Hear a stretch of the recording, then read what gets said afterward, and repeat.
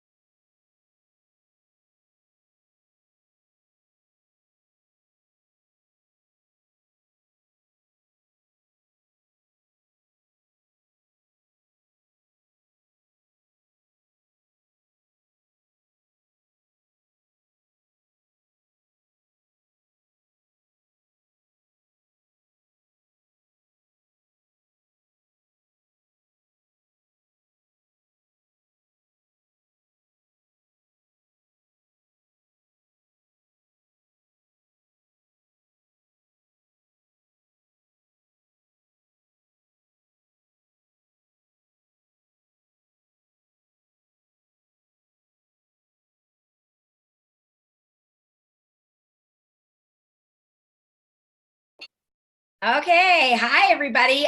So apparently Prince George's internet is down. Raven's been texting me like crazy. She's like, oh my God, everybody's freaking out. So it's gonna get recorded. If you happen to be on here with data, great. I hope you have a good, healthy plan. And if not, I'm sorry. Just make more money. All right, so first thing before I forget to do it is I'm going to do a draw for everybody who is on. Okay, so we have Shannon. I feel like Romper Stomper Bomper Boom. Like, I see Shannon, I see Moira, I see Chris, I see Angie, I see Christine, I see Raven. Hi, Raven. Raven must be using data. I see Claire, I see Rosemarie. I see whoever AA and Wender is. That's an unusual. I'm assuming that's not your first name, but maybe it is. I don't know. There's no capital, so I'm assuming it's just a stage, or not stage name, screen name, stage name. I see Vanessa.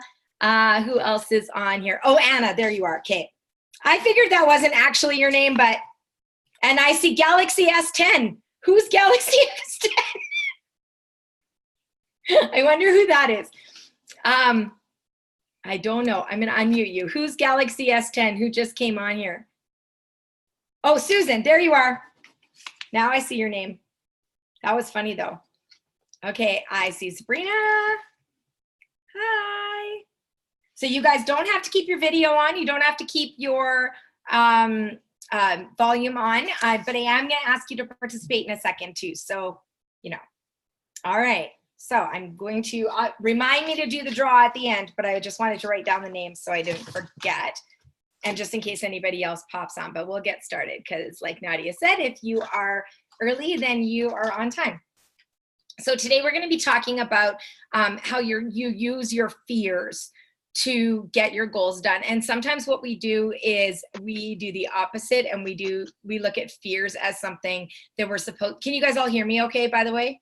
Those of you, you can all hear me. Okay, just making sure, because the other day I was in a face mask talking to Raven and Nadia and Angie and everybody, and I was on mute and nobody could hear me. So it was like I was like Marcel Marceau, like trying to be all like, remember Raven? It was pretty funny.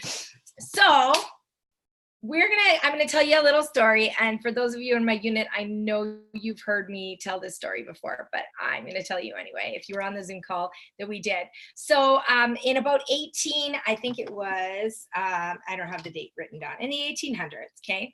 I want you to picture a whaleboat where the ship has sunk, and we have a bunch of people that are in the rescue boat. So they're just all off the shore of Chile. They are all in rescue boats. Now, this is the 1800s. Ain't nobody texting, okay, to say, hey, 911, come and get me, right? So they're stuck in this whaleboat. Now, they have three choices, okay? So they're more than 1,000 miles from land. And so they know that the closest place that they can go is home to Chile, okay? Or not the closest. The farthest away is to Chile. The closest place they can go is to Tahiti. But they've never been to Tahiti, and they hear that it's filled with cannibals. They're just like, they've heard that there are cannibals in Tahiti. And then the next closest is Hawaii, but it's storm season, so they could get racked with storms. And the third one is Chile, so that's where they're from and where they set sail from. And that is where it's going to be like the likelihood of you might die of starvation, but you're definitely going to make it to shore, apparently, according to them. Patricia, I see you. I'm just writing your name down for the draw, okay? So they know that there are those three options, right? Tahiti is the closest, but they might get eaten by cannibals, okay? They know that there's Hawaii, but in Hawaii, they might get racked by storms. And then they know that they can go back to Chile and they might die of starvation and it'll take the longest. Which one do you think they chose? You can unmute yourselves. By the way, usually the space bar, if you're on a computer, unmutes you. If not, there's a microphone or a little thing that says unmute beside there. So I think I can unmute you all at the same time, but I'm not going to even try that right now, just in case somebody's doing something they don't want to be me to listen to. So which option do you think they picked? Chile. Chile, yes. Chile. They picked the one that they thought was the safest, right? There weren't any storms and there's no cannibals, but guess what happened? They mostly died. And in fact, they had to resort to their own cannibalism in order to survive because they ran out of food and water. But see, this is how fear works, right? Fear is really good at being an imagination-based kind of thing. And with my unit, we talk a lot about this, like your fears in childhood that you know are completely illogical. You know that there's no monster in your closet, right? But it doesn't matter how many times mom tells you there's no monster in your closet, you still think there's a monster in your closet. And you're really good at imagining it. And so much so that we actually forget that there should be a bigger fear for the things that can silently hurt us, right? We should have a bigger fear for like arterial plaque buildup than we should dying in a plane. Fair? And yet we don't, because our imaginations don't tell us those things. So if you look at fear as something that's just your storytelling of your brain, that your brain is such an awesome storyteller. And then if you translate that fear into something that you can make work for you, I think that that can be really, really powerful. So when we think of the amazing act of imagination that's involved in your childhood fears, okay, and we talk about those stories, what we end up doing is that we end up creating characters and plot and imagery, right? We're really good at this. And in fact, I bet you by golly that half of Stephen King's novels have been formed because of some fear he had. Yeah? So we're super, super good at this stuff. But what if instead we looked at our fears and we did create those plots for our Mary Kay business? So what if we looked at the things we're most scared of and the decisions that we need to make, and we created a really great imagination story from it? So when we look at the monster in the closet, does telling you that there's no monster in the closet make the monster go away? No, right? So let's look at being a director. Scary to some of you, right? And if it weren't scary, you'd already be doing it. So something's holding you back, correct? So if I tell you so give me one of your fears about being a sales director, anything. Who wants to unmute themselves and tell me?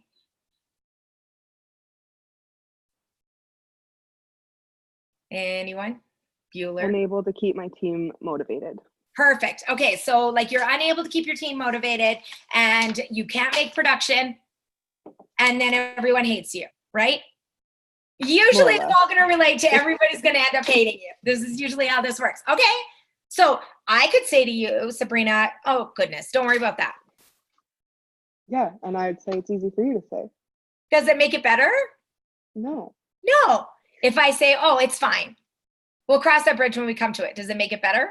No. No. But if you said to your little kid, when they say there's a monster in my closet, if you said, maybe there is, let's figure out how you would fight that monster. And you give that kid monster spray and you give them a plan of attack for if that happens, then what happens? Do they feel more powerful and more in control? Probably. Yeah. Okay, so what we're going to do is we're going to create your monster spray. That's all we're doing. All right.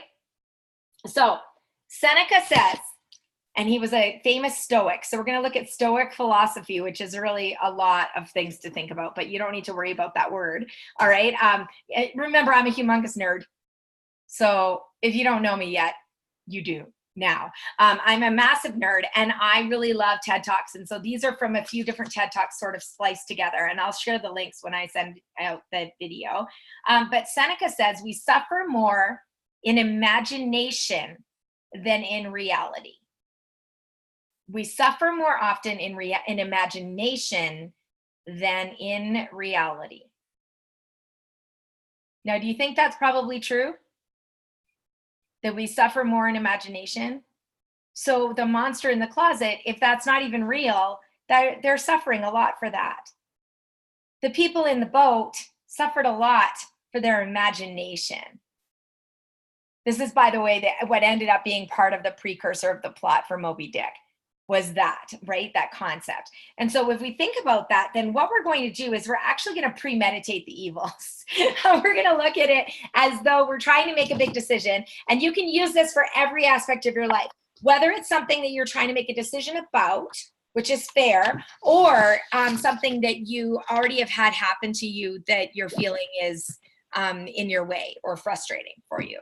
Okay, so something that's scary that's happened to you. All right, so I'm going to give you this exercise. All right, so the very first thing, I want you to take 3 pieces of paper. If you don't have a piece of paper, go ahead and grab one. And anybody who just popped in, I think I've got everybody. I don't have, who's 902-488-4150? Who's that? That's me. Who's me? Who's me? Patricia McKay from Nova Scotia. Patricia, hi. I Hi. can't see your face. It just has the phone button. So I wanted to make sure you're in the draw. Okay, so I have everybody. Patricia, Shannon, Claire. I think I have everybody. I'm gonna do the draw midway here so that I don't forget, because otherwise I will. So get your pieces of paper. And on your very first piece of paper, I want you to write at the very top, what if I, and now it doesn't have to be become a sales director. If that's never been on your radar, cool. Pick a goal, anything. What if I max out my double up? What if I become a sales director? What if I build a team of 50? What does that look like? Okay. So all I need you to do is write that question down. You don't need to write down what it would look like. Just write down, what if I? So the very first thing we're going to do on page 1, and I'm just going to share you this document. Okay. So I'm going to show you. So, oh, that's not the thing I want to show you. Here it is. On page 1, what we're going to do is we're going to define. We're going to define all the worst things that could happen. So I want you to make a list. So you're going to divide this into 3 columns. Here's your first column, define. So if I insert a table here, I've got 3 columns. So the first one is define. So I want you to brainstorm this right now, all the bad things that could happen to you. Don't look at these other columns that I'm typing on right now. Okay? But it's a column, and the first column is define. All the worst things you can imagine happening if you decide to become a sales director, or that could happen to you as a sales director, or it could happen to you if you max out your double up, or whatever it is that's stressing you out right now. There's lots of stuff.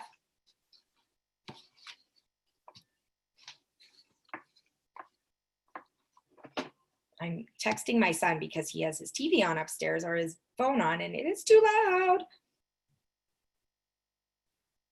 Can you guys hear it? Because it's so loud here. It's about to be chaos in my house because Anna's about to come home and Scott's about to come home, and then they got to run out the door and get to their activities. So, you know, life gets a little chaotic in my life. Okay, ready? So who wants to share with me one of those fears? What's something bad that could happen to you? We already have one, right?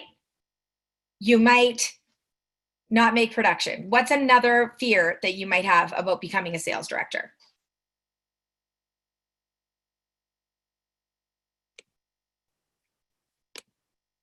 Can't get the people Can't get enough people on your team?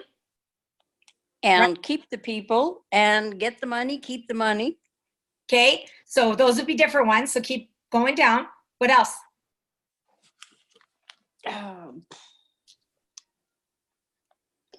If sister sales directors don't accept and or help me with Yeah, anything So- that I need.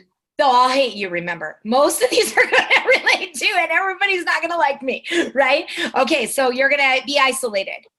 You're going to become a sales director, and then the people that you used to like that weren't sales directors, they're not going to talk to you anymore either, right? Don't forget. Okay, what else? You have to trust people. Yeah, okay, so you're not going to be good at trusting people. You're not going to be good at figuring things out. What else? Lose your best clients. Yeah, sure. I recruited my best clients. Now I don't have any. Keep going. What else?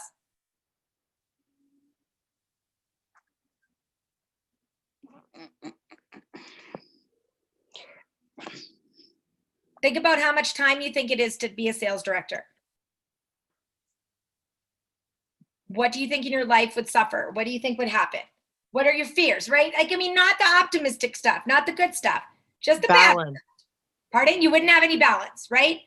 You're working all the damn time. Don't know how to train them. Oh, good. That's a good one. I'm not a good trainer. I wouldn't know how to train them. Okay. What else?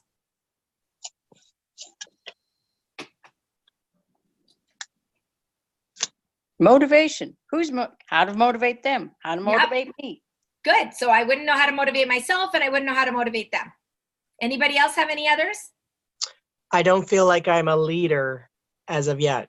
Okay, good. So I'm not going to be a good leader, right? Which means everyone won't like me, right? Yeah. I couldn't do a Zoom call, so I couldn't be a director, right? All those things. Okay. When I say it like that, well, I mean, I couldn't do a Zoom call, so I couldn't be a director. How ridiculous is that? Does that make you feel better? You're all like, oh, right, I was being stupid. So that's good. I love to feel stupid.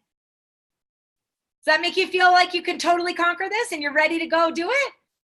No, right? So how does your self-talk work? Are you saying those exact things to yourself? Don't worry about it, Sabrina, it'll be fine. Right? So then the next column is across from each of those fears, you're going to write down what you could do to prevent that from happening. So to make it really simple, like if I said, I'm scared to learn how to ride a bike, right? And I'm scared that I'll fall. Then what could I do to prevent it happening? I could get training wheels. I could go to a class. I could ask my dad to help, all of those things, right? So what resources could I use? Who could I ask for help? What training could I do? What could I do to prevent that from happening? So just prevent it. So like there's a monster in my closet. I'm going to prevent him from coming in the room. What could I do? So that's your next column. So I want you to prevent it now. What could you do to prevent that from happening? And anybody who wants to shout it out, go ahead. What are some things you could do? So make sure you tell me the fear first and then the prevention.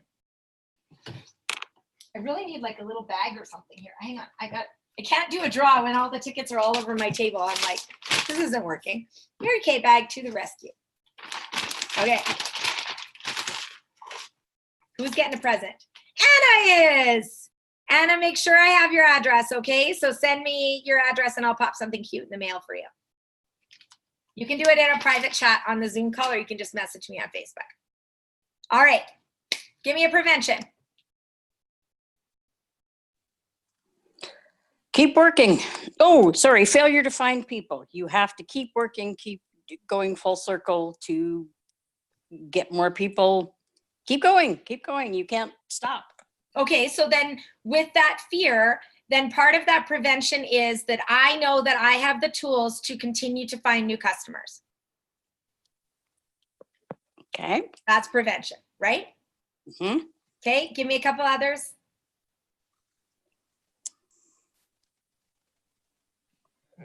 Those of you who feel you're not good leaders, what's a good way to prevent that from happening when you get there and you're like, oh God, I don't know how to lead anyone? What could you do in advance before you got there to learn how to be a good leader? Training, courses, ask people, ask for help. There are books you can read. There are Sit leadership with your courses you can director. take. You can talk to your director. You can say, I'm ready for leadership. Can you take me through some leadership stuff? Can you send me some resources? Can you practice being a leader with a small team? And if you don't even have a team, can you practice being a leader with your team, like with your group, your unit? Okay, one more. Give me another prevention. Come on, there's a big one. There's an elephant in the room. It's the whole making production thing, right? I'm scared. They're gonna fire me and I'm not gonna make production, right? I didn't even write that one down, but I'm going to now. Yeah, I mean, it's huge. It's a big fear people have. First of all, remember that being a sales director is a privilege, not a right. And it is a privilege because we are leading people. If you don't have anyone to lead, you're not a sales director. So the company has every right to say, sorry, you're not doing your job. Okay, so it's not the company that's the devil here. It's what you're doing, right? And so the prevention to that is a larger unit. And maybe some education about that. What does a larger unit look like? How many people on average order?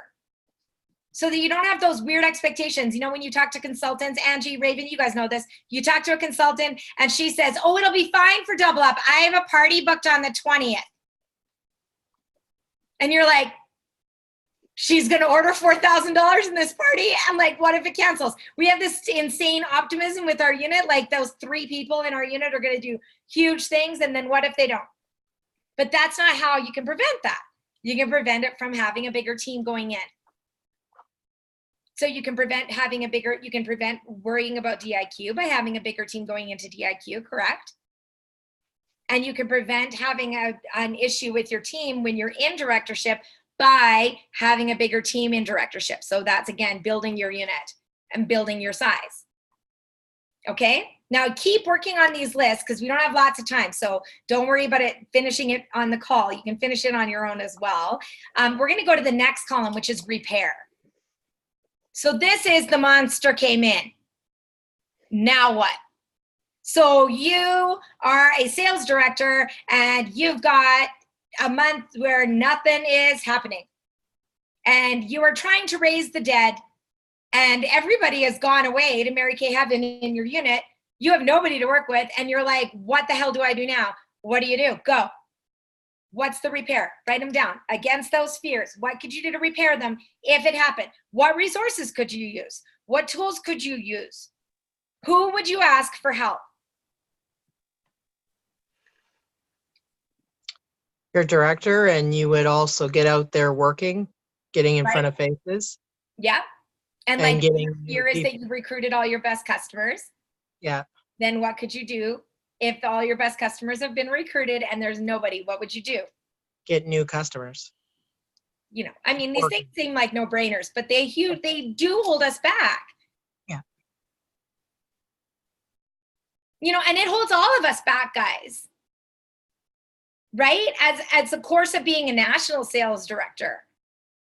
I know Angie, Raven, you guys can agree with this 100% that we worry about building to 20 directors. And then what if they quit? What if they leave? What if this happens?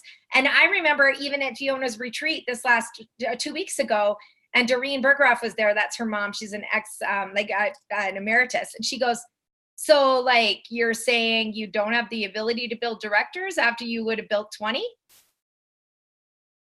Oh, right.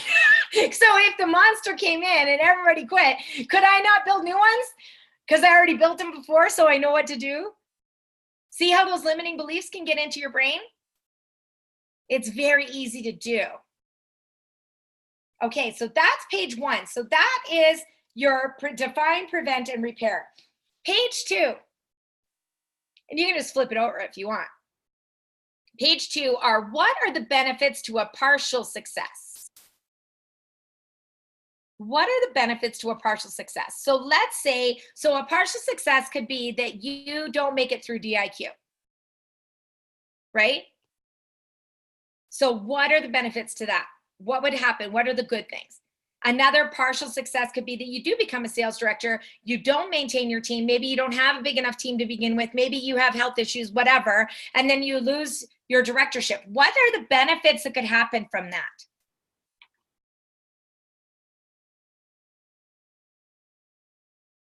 And as soon as you know some, shout them out.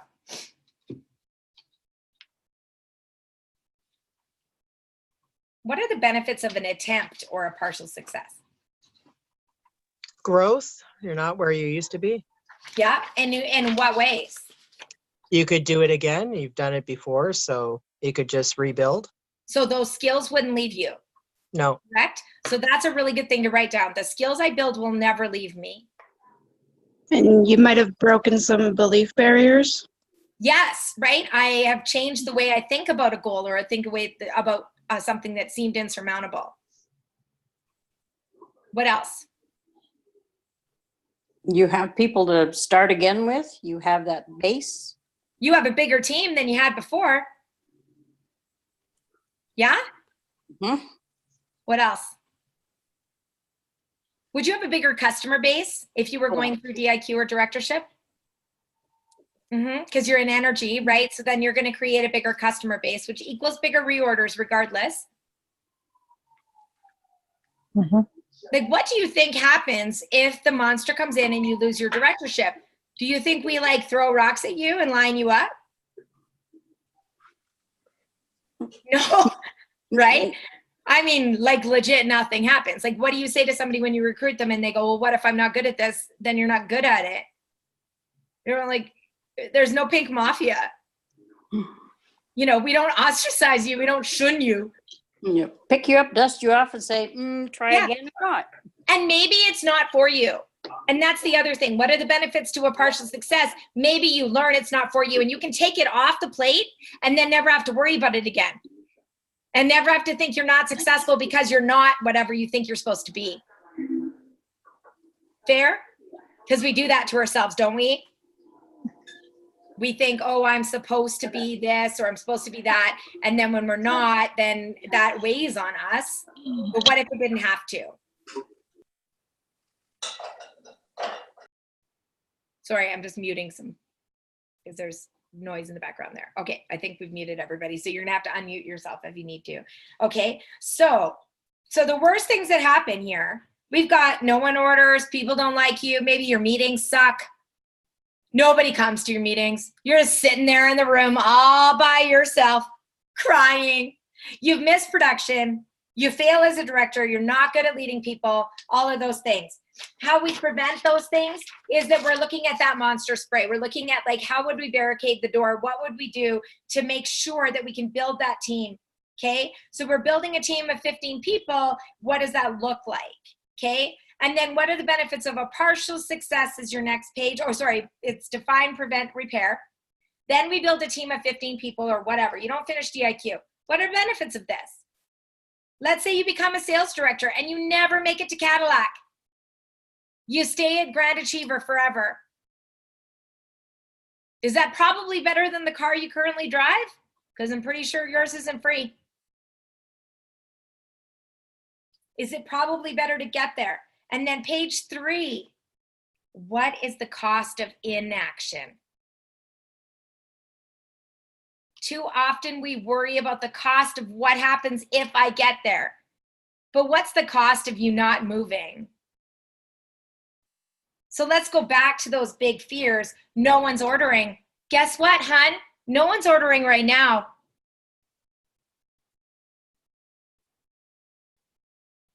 I've lost my best customers. Guess what? You probably don't have very many best customers. I won't have balance in my life. Do you have balance in your life right now when you're trying to work a full-time job and a side hustle?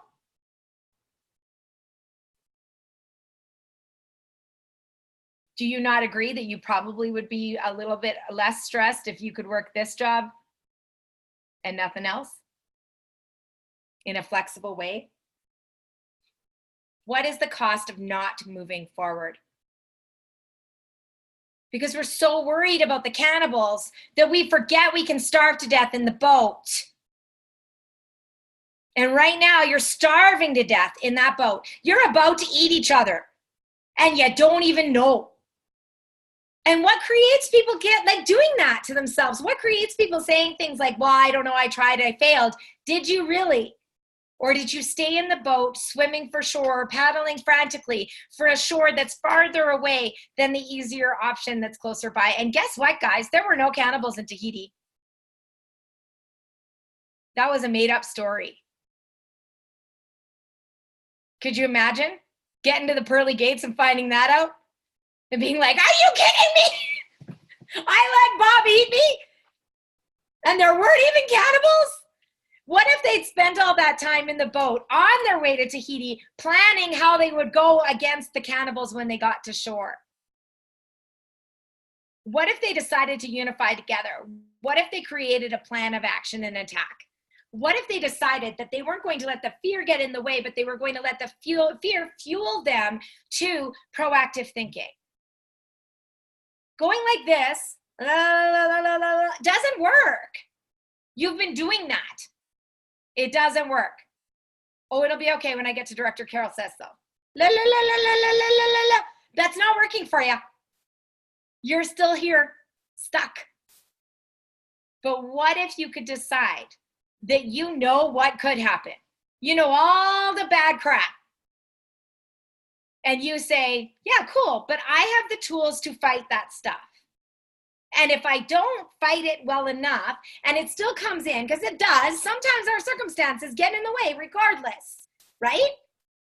If I don't do that, then what can I do to repair it? What can I do to fix it? Because the limiting belief you have is that you don't have the ability to learn. You believe that you are supposed to be born into this sales director role or whatever it is that your goal is. So let's even back it up to double up. What if you don't max out double up, but you tried? And that was your goal. And like, that's the big fear is I'm not going to do it. I'm going to tell everybody I'm going to do it and I'm not going to do it. What could happen? What's the prevent? What can you do to prevent that? Is it the answer to not tell anyone? What could you do? So the big fear is I'll tell everybody that I'm going to make double up and I'm going to earn my diamond ring and I don't do it. What can you do to prevent that thought or prevent that from happening? You have to unmute yourself. So if you're trying to talk right now, I can't hear you. What could you do? Just work. Yeah, you could book more faces than you need to, right? Could you work on some of your own self-esteem stuff? So that if, you know, I mean, do you even notice if somebody doesn't make a goal on your Facebook? And if they don't, do you go like, well, you're a big loser? Somebody's going to run a marathon. She breaks her leg halfway through. You're like, wow, you suck. Would you do that to her? No. Why do you do it to yourself? Could you work on some of that self-esteem stuff with yourself and create that prevention in your head? And you know what beats anxiety every time? Action. Work beats anxiety because you don't have time to worry about if you're not going to do it because you're so busy selling. Yeah? Okay. What if you got to the 2000? You did the whole double up max. You did it all. You're so proud of yourself. You get to June, ain't no ring. Now what? What is that a fear? Because I know it is. So don't even lie. What if I do 2000 and then I'm like still 10 grand away from my ring by June? What happens? What's bad? Why is that bad? Stressful. Yeah, but why? See, that's the Because thing. you didn't work. The cost of inaction, though. Yeah. Right? If you didn't do the 2000, you wouldn't be any further ahead. You'd be farther behind than that. And you probably wouldn't have as many customers and not as many money. I have an English degree. Not as much money too. Okay? So think about those things. What we're going to do is we're just going to create this as your objectives, and then we're going to go from there. So my objective is this, and then I'm going to go define, prevent, repair, right? I'm going to go to what is the benefit of a partial success, and then what is the cost of inaction? I'm scared to go to the gym. What are the things that could happen on the gym? What could I do to prevent that from happening? What could I do if I do fall down on the treadmill and they make me wear the rope? And yes, happened to me. My picture was actually behind the counter. Legit. I fell down 3 times in 3 weeks. That's the 3rd time I like scabbed my whole face. It was awesome. So then they made me wear the safety belt, you know, like, but what's the worst that could happen, right? What's the cost of inaction versus the cost of action, the partial success, right? I have a good story to tell now. So there's a benefit to the partial success. Okay. So I want you to think about that when you're looking at your passion and your purpose, then you're combining those two together. And if you're thinking about the fact that everything you do as you move forward is going to help someone else, I think that will change the way you think about things.